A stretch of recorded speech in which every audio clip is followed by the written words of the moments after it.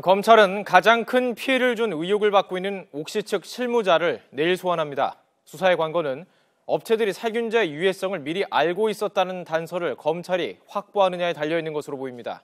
김주영 기자가 보도합니다. 롯데마트 측은 가습기 살균제 피해에 대한 사과 발표를 했지만 과실은 사실상 인정하지 않았습니다.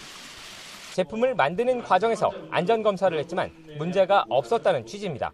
상품 안전성 관련해서는 저희가 PB 제품을 만들 때 나름대로는 그 부분에서 품질 안전검사를 통해서 그 당시 문제가 없었다라고 저희가 판단을 받고 진행을 했었고, 본격적인 검찰 소환을 앞두고 처벌 수위를 낮추기 위한 임시 방편이란 분석이 나오는 것도 이 때문입니다.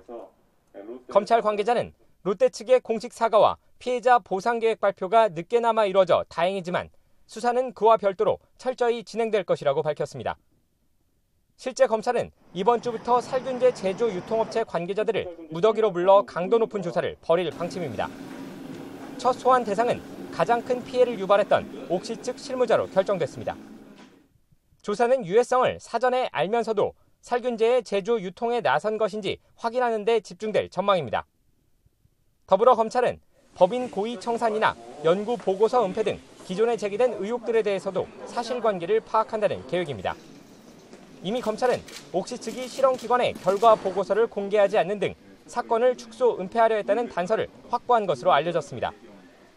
법조계에서는 고의성을 떠나 주의 의무를 게을리했다는 사실만 입증돼도 업무상 과실치사상 혐의를 적용할 수 있을 것으로 내다보고 있습니다.